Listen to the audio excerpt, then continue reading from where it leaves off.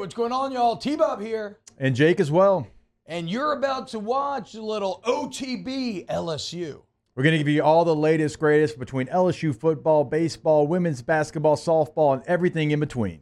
Bottom line, if you want to talk Tigers, keep it locked, subscribe, like it, and we hope you enjoy it. All right. Something else that I wanted to talk about here. A little bit of LSU Cruton news.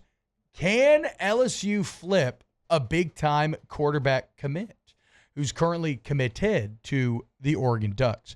And really, look, this is more about looking forward to the 2026 quarterback situation, who you end up bringing in. You're in a pretty good spot long-term right now.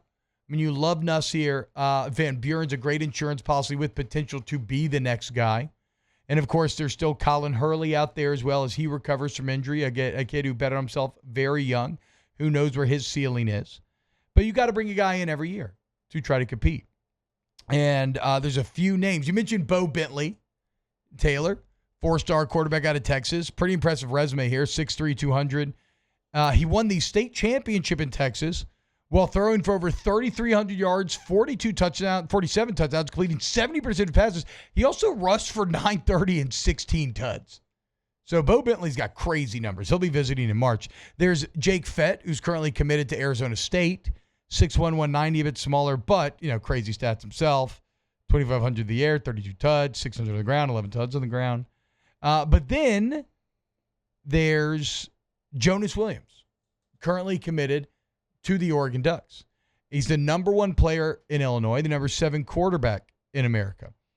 Again, crazy numbers. Thrown for 3,000 yards, 42 touchdowns, 6 picks, 68% completion, 7 rushing touchdowns. And he's been committed to Oregon since August, but Joe Sloan and this LSU team's been moving in, pitching him, and it appears that they are gaining some momentum. So I'm not saying any of this to get you too locked in or fixated on any one guy thus far, but these are some of the names you're going to continue to get familiar with over the next year as maybe somebody who would battle with a Van Buren or a Hurley in a post-Nuss era.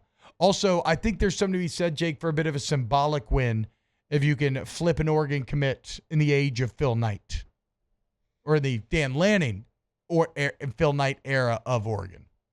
I don't know what this means, but you mentioned Joe Sloan. 4 minutes ago on Twitter, he did put just a tiger emoji. Doesn't it usually mean something, right? Means like a commitment, probably, right? Right. So, yeah. A conflittment, perhaps? Maybe. Yeah, that's all it is, a little tiger emoji. 4 minutes ago. Taylor, I mean, what do you think about these guys? Would you throw your lot in with any one of them in particular? Because as I see it, look, they all seem like good players, and really, I find myself less, obviously somebody like Bryce Underwood was different because he is different, but like I always find myself less tied to the individual as opposed to kind of the template or the slot. Like you need a quarterback in every class. So I view these guys as being kind of interchangeable. Yeah, I do too. I think Bo Bentley would probably be my first target. Not that the other guys aren't great, but it's going to be hard to flip someone from Oregon. Bo Bentley is not committed anywhere. He's in the state of Texas where you recruit really well. He's won the state championship at really high level of football out there in the state of Texas. Like I think that guy might be the easiest to get out of the three because, again, Jake Fett committed to Arizona State. Jonas Williams committed to Oregon. Those are 2 schools with young coaches that players love. True. Like Bo Bentley out there right next door to you, not committed anywhere. That would probably be my first target. It is crazy how much weight a Texas State championship holds in my head. Like when I see that on the resume, I'm like, oh, okay, dude, this kid's pretty good, bro. Like, I mean, I don't even know what classification he played in, but it's still like, okay, yeah, this dude's pretty damn good. I mean, that's the probably most competitive high school football in the country. And I don't mean really from like per capita basis, but there's just so many people, so many teams, so many good players that it's if you emerge out of it's like in Friday Night Lights, Mike Winchell. He basically has to win state if he wants to get that scholarship. Hell, it's not unlike how my old man was recruited. Because here he is. He played safety all of high school.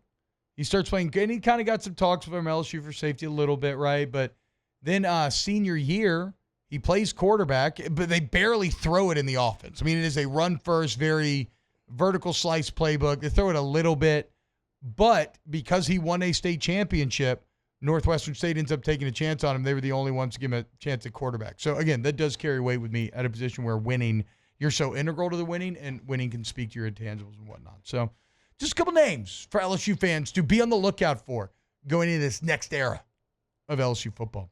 Yeah, this quarterback situation is going to be wild to see how it finishes out in the future. I mean, like we talked about, so many different guys, top quarterbacks that have ties to LSU in some way, somehow, or at least ties to the state. So you're in a good position, and now you just have to hope that you choose the right one or the right one chooses you. Yeah, that is true. And again, you sign a quarterback, guys, and who knows if they ever finish here. It's a position where you have to go seek playing time no matter how you can, and only one guy gets to play. So the portal will always be able to kind of also help you manage this roster. But some names to look out for in that 2026 class, which, again, probably sounds far off, but, 10 months. We're already in February, guys. It is going to approach faster than you think. Also, because we're all getting older, so we all experience time faster. And so we are just hurtling towards death, meaning those 10 months are going to go by way quicker than you want them to. So, whatever. All right. Wow, Jake, what incredible takes. I mean, those guys, they're just the best. I think so. And if you think so, again, hit the like button, subscribe, ring the bell so you get notifications when we post every single day here on OTB LSU.